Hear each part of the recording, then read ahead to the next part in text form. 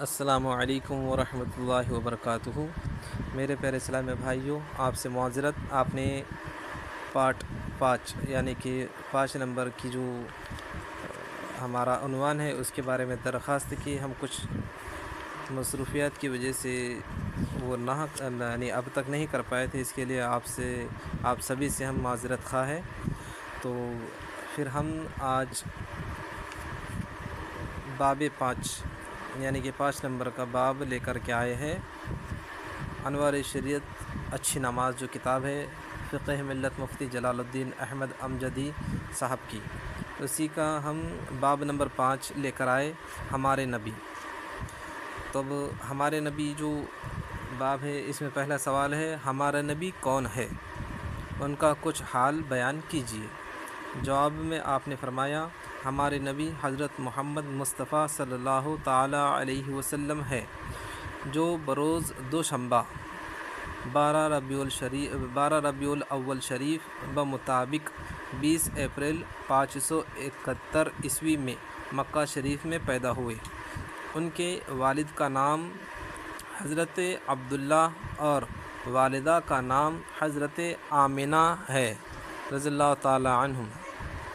آپ کی ظاہری زندگی 63 برس کی ہوئی، 53 برس کی عمر تک مکہ شریف میں رہے، پھر 10 سال مدینہ طیبہ میں رہے۔ 12 ربیع الاول 11 ہجری بمطابق 12 جون 632 عیسوی میں وفات پائی۔ آپ کی مزار مبارک مدینہ شریف میں ہے، جو مکہ شریف سے تقریباً 200 میل یعنی 320 کلومیٹر ہے۔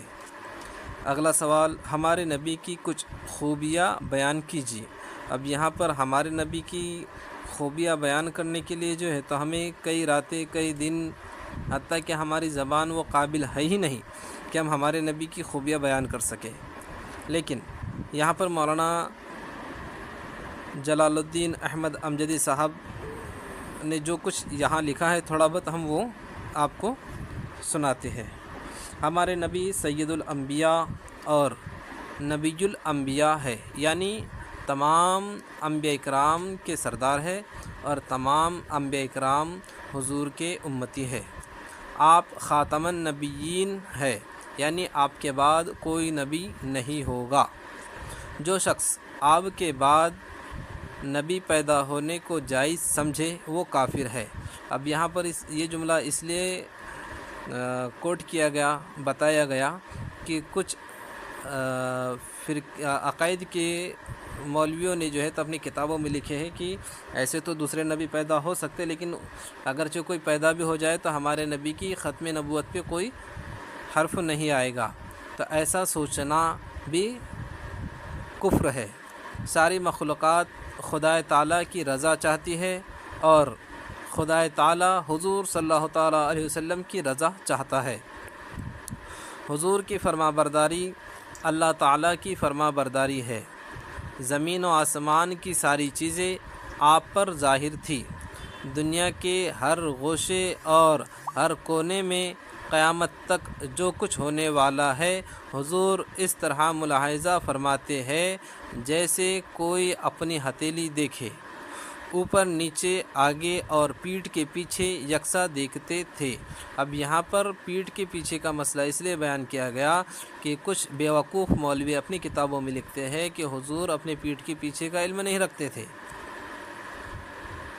اب آگے اس میں بتایا گیا، آپ کے لیے کوئی چیز آڑ نہیں بن سکتی۔ حضور جانتے ہیں کہ زمین کے اندر کہاں کیا ہو رہا ہے۔ خشوع جو ایک دل کی کیفیت کا نام ہے۔ ہم بولتے ہیں نا نارملی سے خشوع و خضوع کے ساتھ میں جو ہے تو دعا کرنا چاہیے، خشوع و خضوع کے ساتھ میں جو ہے تو عبادت کرنا چاہیے، تو وہی کیفیت کا نام خشوع ہے۔ تو حضور اسے بھی ملاحظہ فرماتے ہیں۔ ہمارے چلنے پھرنے، اٹھنے بیٹھنے اور کھانے پینے وغیرہ ہر قول و فعل کو حضور قول و فعل کی حضور کو ہر وقت خبر ہے۔